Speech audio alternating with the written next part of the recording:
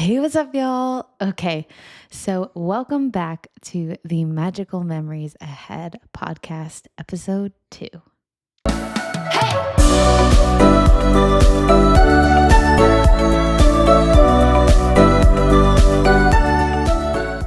So before we even get started, I just want to address your hat that you're wearing today. Pretty fresh. It is. It is a pretty sick hat. So if you have been to the Magic Kingdom and specifically on the Jungle Cruise ride in Adventureland, you will know that the eighth wonder of the world is the backside of water. So I love this hat. It's from Oswald and Sons, and they have some pretty cool merchandise that you can get, and it's real vintage, real fresh, and It's very subtle Disney yeah. that, it's pretty cool. I also got a pretty sweet backpack over there. It says World Traveler on it. And then a Referencing cool banner as well. So really cool website. It Check looks them good out. on you. Thank you. I like it. Yeah. All right. So today, what are we doing? Let us know. We're going to be doing a deep dive On what? into Space Mountain. I'm so excited about this. It is exciting. I have done some extensive research. Yeah. And it's going to be a really good episode. So shall we get into it? We shall. All right. So, Well, hang on. Why are we doing the deep dive, I guess? well, the reason why we are doing the deep dive today is because January 15th, if you are watching this, we have pre-recorded this episode. January 15th was the 50th anniversary of Space Mountain in Walt Disney World at Magic Kingdom. Crazy. 50 years. Wild. Yep. I mean, I had no idea that it's been around that long. Yeah. But I guess it was just maybe my naivety. But 50 years is a long time to be alive for an attraction. It is. Yeah. Very true. Very true. But today, I want to do a story time with you. Okay. And we are going to go back in time to the very beginning when Space Mountain, the idea of it was brought into conception. All right. So here we go. So in the year 1959, Walt Disney saw how successful the Matterhorn bobsleds were at Disneyland in California. And he wanted to create another just show-stopping thrill ride. So in 1964, Walt brought his idea of a roller coaster with 4 tracks that was in the dark and had special effects to a designer named John Hench. So, unfortunately, Disneyland was limited by spatial and technological aspects. So, the final product, as we know and love today, only has 2 tracks. Shame. I know. And we'll get more into that a little bit later. And so Walt wanted this ride to be the identifying component of Tomorrowland and scheduled the opening for 1967 in Disneyland. Yeah, in Disneyland. Yeah. So John Hench and a team of other designers and artists known as Imagineers got to work, and they came up with this concept artwork for the attraction. But did you know that Space Mountain, the original name for it, was going to be Space Voyage? I did not. And I'm glad they changed the name, to be honest. That would have ruined a lot of T-shirts for the future of honestly, Have it You really Ridden All would the have. Mountains? So I know. So I'm really grateful for that. So Yeah. in 1966, they landed on the name Space Mountain. that's good. So good on them for making that change. But sadly, in December of 1966, Walt Disney passed away, and unfortunately, Space Mountain was shelved indefinitely. So all that work for all these years, and they just they lost the motivation for Space Mountain, which is kind of sad, honestly. And so that was until 1971 when Walt Disney World's Magic Kingdom was just such a wild success in Orlando, Florida. And, maybe we'll do another deep dive into the background of how Disney World came to Oh, be, because I that's a can talk whole for days on story. that one. That's There's a a whole great book out story, there and on it's that one. yeah, like it's real cool. And so, I mean, I'd love to hear Yeah, that story. we'll do that one soon. Um, but so the crazy thing is that Space Mountain was supposed to be a headliner attraction for the opening of the Magic Kingdom. Yep. It was on posters. It was on flyers that were handed out all around the state for the opening of Magic Kingdom, Right. which I think is wildly crazy. Yeah, they were And it pushing didn't hard happen. for it. Yeah. It didn't happen. It was not there on opening day. But the Imagineers brought the idea of Space Mountain back to life. And subsequently, Disney wanted to hire RCA to be a sponsor for the attraction. And RCA is the Radio Corporation of America, which was one of the most successful electronic corporations. We had an RCA camcorder when we were kids. Yeah. Yeah, Isn't that I remember crazy? those, yep. So RCA was actually contracted to provide all the communication hardware for Walt Disney World at the time. And this contract was made so that if Disney could bring a show-stopping, game-changing attraction to life, RCA would be Yeah, sponsors were sponsor. huge back then. Yeah, like it's insane. But Space Mountain, they did it. Yep. It was incredibly successful. And so RCA sponsored this attraction, and they showed their support with a cool $10 million. I'm sure that was a good bit back then. It's absolutely insane. So they were the sponsor from 1975 to 1993.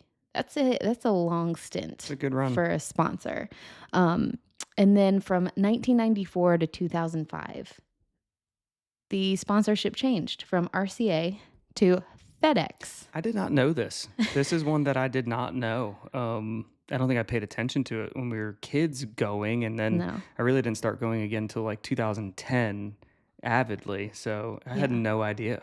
I mean, we were born 1989 and 1990 respectively. Yep. So, I mean, I think realizing that rides had sponsors at the time were like not a thing. Like we were kids. Like we were babies. I remember Kodak as a big sponsor, but I don't think I remember much else though. I mean, that was well into, our adolescent years. Yeah. So I feel like Kodak was one of the more recognizable ones as we got older. Yeah. Yeah. From 2005, that ended the FedEx sponsorship, but it has been a sponsorless ride from 2005 to now. Coincidentally, that's right when took over, Bob Iger as CEO. So I wonder if there was anything to do there. I wonder if there was any correlation. Or just the fact that they were probably making a good bit of money and realized they didn't need sponsors maybe anymore. But they could be self-sustaining. Yeah. Yeah, probably. All right, so let's get into the queue experience. I love this queue. I know.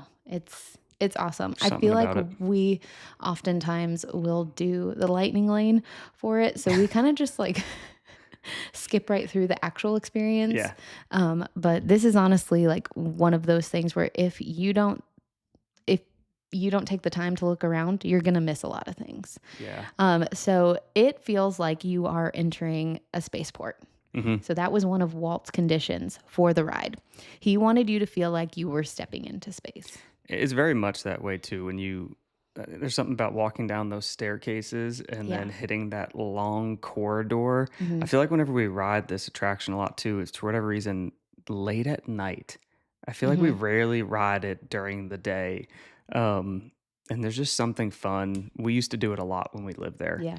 And like it just reminds me of like, ooh, can we squeeze one more ride in that space? Mm-hmm. What's the wait time? It's always space. If we didn't have a fast pass or now a lightning lane. And so we're always checking the time at Space Mountain. Yeah, especially when it's just the two of us. Yeah. We have not got the kids on it yet, so we need to work on that. Yeah, we will. We'll get them there. And then you'll see like the star maps and everything on the side. And that's actually on the side that is like just your standby queue. It's not on the lightning lane side. So everything that you'll see is going to be on the left-hand side.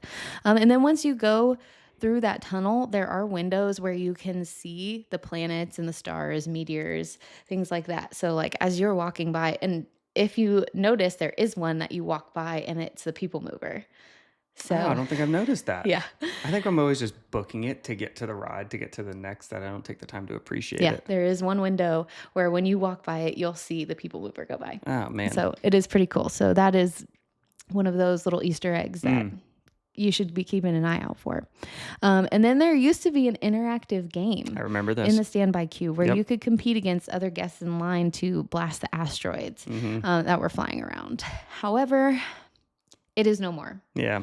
And now everything is all on an app. Yep. Play So Disney. the Play Disney Parks app, it's really fun. Like the kids It is love it. cool. They love to play it. There are things that are like by location. So Hmm. if you're in Magic Kingdom, you can play a lot of the Magic Kingdom games, Right. and then respectively at each of the other parks. And then you can play at home too. So I Yeah. mean, you still have It's cool. access to playing those games at home. But the game that is correlated with Space Mountain that is on the Play Disney Parks app is called Rocket Race. Oh, okay. So you still get a little taste of that, even though you cannot play that interactive game anymore in the queue. But then once guests funnel out of the tunnel, Yep. they will split up into two sides. And did you know This is cool. that one of the sides is called Alpha and the other I Omega? did not know this again until reading these notes. Now you do. That is so cool. Yeah. And I also find it amazing, as you were just saying, that you come out of the tunnel, like you really go down, Mm-hmm. then you start to ascend back up, but on a ramp. Yeah. And so I'm like picturing the ride building now. It's like, all right, are we going like underneath to the same level as the utilidors? It kind of seems that way almost. Yeah. And then it brings you back up. Yeah. I don't know. That's a I good wanna look question. on that. Yeah. We'll have, I mean, we I'm probably going to need to pay do, attention to that next time we go ride that, because it would make sense for that. yeah. And then finally, you will get in the queue to load on to your trains or your rockets. And so that is kind of your queue experience. There's a lot of fun little Easter eggs in there and just some cool space knowledge that you'll see. So now let's get into the ride itself. So these trains / rockets you load into are called the Starport 75, which 75 because Space Mountain opened in the year 1975. Originally, each rocket had 2 cars and 2 rows, and guests would actually sit in a lap-sitting manner, much like the Matterhorn is. And so up to 8 guests could fit into the rocket. But in 1989, that all changed. Each rocket still has the 2 cars. However, each car has 3 rows now. It's been fun to ride it that way. I mean, to be able to sit side by side, that would have just been really neat. Yeah. But it is 1 person per row now. Yeah. And so now only 6 people. Mhm. You can still enjoy this ride, but it's only 6 people instead of 8 people. And I would recommend when you get on there, the back does just feel a little bit better, and it reminds me of like a kid. I don't know. You feel the lag of when you go down a hill a little bit more in the back. You're suspended, I feel like, for just a little bit longer. So you can request that whenever you go on the ride if you want to sit in rows 5 and 6. Yeah. If you just like that little Those are the extra best thrill. rows. Those are that's the row that we like. Yeah, always. Or Yeah, the 2 I'll rows that wait we the like. extra couple minutes to get that. Yeah. Yeah. But then once you take off, you go through the blue hyperspace tunnel. Yep. And don't forget to say cheese. Yeah, I forget every time which side it's on, and then when we get off the ride, I'll pull a left or a right, and we'll be like, "Oh man, I turned the wrong way." It's really funny. But you will get your picture taken once you exit that little tunnel. And another fun fact about this is that as you're going through the blue tunnel, there used to be a mirror there before you made that turn into the camera. Yeah. Now it's just a blue light. I don't think I've realized that, because I remembered the mirror, and we'd always just make faces at one another. I do have a problem with this camera, though, on this ride. I wish it was in a spot where you're actually like doing the ride. Yeah. Kind of like how Everest is when you're going down, like part at a thrill point. Action shot. I think it would just be a lot more fun. I understand probably not being able to do it because you're in the dark and if the flash was going on inside. So I get it. Yeah. But I don't know. I don't like it. Or maybe at the end it would have been cool to see like when your hair's all wild or like you're just like your adrenaline's going up. But at the beginning, it's just so many people just don't know. Yeah. Yeah. But then after that, after you get your picture taken, you will make the climb and ascend. You'll pass the little space station and the upside down astronauts. You also, at this point, People Mover Yes. goes right through that point. Right in between. In between. So and you can see another track on the other there's side. 2 tracks. And the People Mover goes in between. And then there's also another track on the other side of you that the ride will go past. Yeah. So if you're there at the right time, there'll be people see a lot. Yeah. There'll be people screaming in your ear. Fun to pay attention to that. Yeah.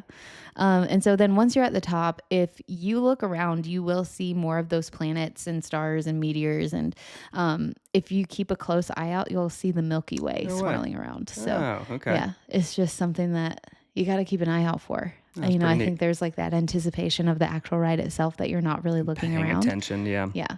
So just remember those things are up there also. But after that, you're off. It's fun. There are a few quick dips and turns, but then you'll eventually get to one of the steepest drops on this attraction, which is 39 degrees. My favorite one. Yeah, it's wild. I kind of forget every single time which one it is. And then when we do one, I was like, oh, wasn't it? I was like, and then I get excited that it's still to come. Yeah. And some of those turns at the beginning, they're sharp. Yeah, they'll kind of get you. And so the just fun thing be with this prepared. ride is because it's in the dark, you don't know Where when you're it's going. coming. And so it really can turn you just in different directions. So that's what I think makes it so much fun. And I think that's the benefit of sitting in the back 2 rows also, is because you're not really paying attention. Like you can't see in front of you Correct. anyway. But if you're sitting in the front, I'm sure you'll be able to see a little bit better if there's like a track coming, Right. if you're going to dip or if you're going to turn, things like that. Yeah. So just keep that in mind also. And then towards the end of the ride, you will go through the wormhole, as they call it, before hitting that final track and brake run. And so after that, you will exit and you will get to see your lovely picture that you were not expecting. Yeah. By no means. No. Okay, so let's talk about the post-ride experience. No. Because Sore. if you're a millennial or later, you will know that this ride, it'll get you. It'll sneak up on you. So that is your post-ride experience, is trying to crack your back afterwards. So once you get to see your picture and head back up to Earth, there is a fun walkway that guests can walk through. Yep. There used to be a moving walkway, but we will talk more about that in a second. But you know how it was originally sponsored by RCA? Mm-hmm. They had an original post show that guests could ride through on that moving walkway, where they showcased the home of future living. Right. And they had a theme song called Here's to the Future. So, I mean, it was there until FedEx came and changed the sponsorship. And so but really FedEx, they didn't do much. They just kind of redecorated. Just took the name over. Yeah, they really just kind of put their name up there and they just did a few things here and there. But the theme was all about sending packages into space. I was wondering what their tie-in would be. Yeah. Okay. So obviously, because they're FedEx, they are a delivery company. They wanted to change the theming to packages. And the star of the show was a robot dog named Lab Retriever. Because he was the one receiving the space packages. Oh my goodness. I thought that was very funny. But even though FedEx sponsorship ended and removed all traces of their name from this ride, their post show remained there until 2009. Oh, how about that? Yeah. So I guess, Disney was allowed to keep the theming, and that's nice of FedEx. Good for them. Yeah. So then Space Mountain, along with the post show, got some much needed love and upgrades. Yep. And the post show featured several rooms that appeared more futuristic. Mm-hmm. And at the end of the walkway, there was a room that featured several cameras. Yep. Do you remember this? Oh, yeah, I do. Where guests could see themselves as they passed by. Yep. And that was probably the best part about the post show, in my opinion, because I feel like you got to make a lot of faces and see fun. yourself on camera and see how gross you were at the end of a Disney day. But then 9 years later, in 2018, they did a huge refurbishment to this post show. And that once beloved moving sidewalk that was there since It's 1975 crazy. was removed, and it was replaced with plain old carpet. And it's a long little walkway. Yeah, it's also a long time to be there. Yeah, it was fun with the moving walkway because it gave, I would say most people walked on it. I think you would get Yeah. aggravated if someone didn't walk on it. Yeah, But it gave the people the option to if they didn't Yeah. want to. And there was enough space to pass them as well. absolutely. Yeah, I miss it. I know. And not because I'm lazy at all. It was just It's fun. part of it. It was fun part to of the walk whole on experience. for whatever reason. It was bouncy. Yeah, that is true. I think it's It probably was like because it very was there for soft forever. on the feet. It was well worn in. And it was just nice to like break on your feet at the end of a long day. Yeah, for sure. But you know, the thing about this, like this removal, was that it was such a controversy. Yeah. Like I remember this. I remember like people being in uproar about it. Yeah, and big like Disney guests fans. were just not happy Yeah. that they removed it. And, you know, I think there was kind of an anticipation of maybe just upgrading it to where Right. it was brand new. But no, they just replaced it with carpet. And that was it. Yep. And it is what it is now. So You can get a small taste of it at the People Mover. It was very much like Yeah. that one, just not as steep. Yeah, for sure.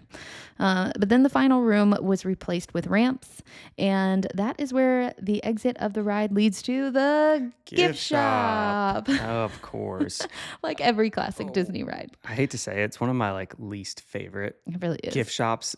In and out really quick. We don't spend a whole lot of time in No. there. And now they have Tron merch in there, right? They do have Tron merch, and if you are, you know, if you're lucky enough to get there during the 50th anniversary for Space Mountain, you'll be able to. There's two pins Oh, that's that cool. are Okay. anniversary pins that you can get. Well, that's neat. You know, I'm sure that they're probably going to sell out pretty quickly. Probably. But yes, so let's talk about some fun facts now All right. about this ride Yeah. that I did not mention previously. So, an astronaut was actually recruited to provide his insight and expertise on this ride. Really? Yes, his name was astronaut Gordon Cooper. So his voice was a major part of the development of Space Mountain. Oh, so no way. he got to make sure that it looked authentic to space travel, and you know, give his input on the ride itself. That's pretty neat. Yeah, so I think that's honestly pretty cool of Disney to. They always certainly like will go above and beyond when yeah. doing their research. When we do Expedition Everest, I mean, they do it Yeah. on that one too. Yeah, they go all out to find out their information. Yeah. And then Space Mountain's look. So it's unique. Yeah. It's futuristic. Walt's dream came true of this being the focal point of That it is. Tomorrowland. It sure is. You know, I think it does look like a futuristic castle. And Yeah, I would say I think so. in The my way it kind opinion. of points up to the top. Yeah. And it's easily identifiable from absolutely. the monorail, even when you're coming in, or from the contemporary. Yeah, it's a cool ride building. Yeah. And so both of the tracks are actually 65 feet in height. Yep. I think I knew this one. And they are an identical mirror of each other. Mm-hmm. So that means you are going to get the same ride, just mirrored. Yep, just flipped. Yeah. Yep. So pretty cool. And then since Space Mountain is a roller coaster, Yeah. the height requirement is 44 inches. Mhm. That's not really a fun fact, but that is Just good information to have. Yep. just a good information to have for if you're planning your trip and wanting to do that with your kiddos. Yep. Just know that 44 inches is the height requirement. It is one of the slower roller I coasters. did know this. This on one Disney shocked me, I property. think, when I learned this one. Yeah, it is wild. It has a max speed of 28 miles per hour, Wild. which, for reference, the Barnstormer in Storybook Circus goes 25 miles an hour. Crazy. And then the top speed of Thunder Mountain in Frontierland is 36 miles an hour. Also insane. it's kind of like an in between, but you really don't realize it. Like, and this is another fact. It feels like you're going faster because you're in the dark. Yes. I mean, it makes total sense when you can't, like we said before, when you can't anticipate what's coming next. Yeah. When you can't see what's coming, It it feels makes it fast. feel like you're going so much Also faster. makes you tense up. Yeah. Insane. I never want to put my hands up, and I feel like I shrink my neck down on this ride at all times. Yeah. You won't hit anything, No, you're not going to. but It feels like it. If It you does feel saw like this ride with the lights on, we've been lucky enough to get to ride it once with the lights on. And it's cool and scary at the same time when yeah, you see just how it is close, but you aren't going to hit it. And then we also, one time when we were going through the People Mover, it was on. the The lights lights were were on. on I don't think the ride was going, but it was just really cool to see the to see entire the infrastructure. ride structure and how everything was. And you're like, Yeah. wow, this is just insane. And so, was that just a random day that it was on, or was that a backstage tour? No, I think it was a random day. Just the lights were on. I think they were doing maintenance to it. Yeah. Because the ride was down that day. But what about when we rode it? Oh, I don't know. I can't remember either. I don't remember. But it was fun. It was really cool. Fun. But anyway, so the Space Mountain structure, or the cone that you see, is roughly 300 feet in diameter. Oh, wow. Isn't that wild? It's pretty crazy to think about. That's big. The People Mover travels through the attraction like we've talked about. It is pretty cool to think that there's enough space there for it. You actually go through twice. Yes. You go through the middle in that section, and then you actually exit and then go back around and pop through, and you can hear it. There's a big glass, or I guess like fiberglass. Yeah. Kind of just goes around the perimeter of almost half of it, maybe. And then you'll exit. And then there are a few tributes to Horizons in the post show. So if you don't know what Horizons is, it is a now defunct attraction that was at Epcot. So I don't think I ever did the Horizons attraction. I faintly remember it. I might be thinking of something else, but I feel like I remember Horizons. But a few things to note. One of the pieces of luggage in baggage claim has the words Mesa Verde on it. And this is one of the endings to the Horizons ride. Oh, wow. So there were 3 endings that actually guests could choose on this ride. Oh, that's cool. Yeah. So, it's kind of like how Star Tours is a little bit over at Hollywood Studios, where you kind of have a different ride every single time. You don't really know what you're going to get. But with this one, you got to choose your ending. So it was one of the endings to the Horizons ride. And then there is an undersea scene, which is themed after one of the Horizons scenes. Okay. And then another little nod to another Disney treasure. It says on that scene, 20,000 light years under the sea. 20,000 leagues under the sea. Which is a reference to that movie, as well as the defunct ride that used to be at Magic Kingdom as well. I wish I could have ridden that. No, you don't. It smelled awful. Yeah, well, still. Which at Disneyland, there used to be a 20,000 Leagues Under the Sea as well, but then they rethemed it to the Nemo, right? Finding Nemo. Yeah. So I think that's cool how they rethemed that one to still keep the old ride intact and just updated it to something new Disney. Yeah, I like how they did that. Where was it at the Magic Kingdom? There was like a little lagoon there, where they also had mermaids. Oh, that's right. Yes. And but boys used to jump in there to try and swim with the mermaids. Both at Disneyland and Disney World. Yeah, I remember reading about that. So that quickly 70s went away. But yes. That's funny. And then the last thing that references Horizons, there's a robot valet. And this is also another reference to a Horizon scene. Okay. So he's in one of the scenes there. But it's also a reference to a lounge that Disney used to own and operate at LAX Airport. So wild. Isn't that strange? That's crazy. I can't, it's very funny how, Disney's just kind of everywhere. Yeah. So that's a cool thing. And then the last thing to really note, Space Mountain was under very strict height restrictions at the time. And so it stands at 90 feet tall. To ensure that Cinderella Castle was not overshadowed. Yeah, that was one of Walt's big things. He just wanted to make sure that this castle would stand alone. I think that was a big regret of Disneyland is, and that was one of his favorite things about Disney World was having the space to do everything that he wanted to do. And the castle was meant to be grand. Yep. Like the Sleeping Beauty castle at Disneyland is very charming, and that is what he wanted for it. But it wasn't this, show-stopping like entrance to the park. It's the centerpiece of Walt Disney World. Yeah. Cinderella Castle is just like you are in all of it because it does stand. At 183 feet. So that's pretty neat. Yeah, those are my things about Space Mountain. That is our deep dive. That's their deep dive. Well, there's one other thing. If you ride in front of you, you are in for quite a treat. The screaming and laughing, I don't know how to chalk it up if it's something out of like a movie where you're getting scared and someone's chasing you or someone's tickling you to death, but it is just it's quite a scene riding in front of you in that ride. Thank you. Every time. It never changes, even though you've done it a million times.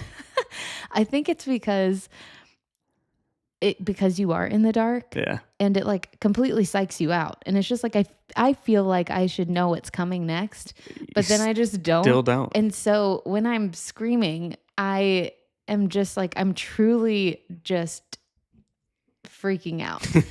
But then I recognize how ridiculous I sound. So then I start laughing. Yeah. Okay. So that makes that's sense. why That's where the laughter comes in. That is the progression of events that happens. Scared, then I'm crazy, so I'm going to laugh. Yes. Yeah. That's funny. Basically, pretty much so. So is that it? Do we have any more things? That's it. Amazing ride. Love Space Mountain. Absolutely. It will forever be just an all-time favorite. And I feel like it's just a joy to ride it every single time we get to ride it. I know. It really is fun. So happy anniversary, Space Mountain. Yeah. You're a real one. Yeah. So I'm just glad that we get to celebrate you and that you have just been such a staple in Magic Kingdom, but also in Disneyland, and that you have so many versions around the world also. And maybe we'll touch on those a little bit later, but for sure. For right now, Magic Kingdom. Yep. Space Mountain. It's great. That is it. So, alrighty. Well, thank you for tuning into this episode, and we will see you next time. So stay magical and keep making memories. All right. We'll see you soon. Bye. Bye.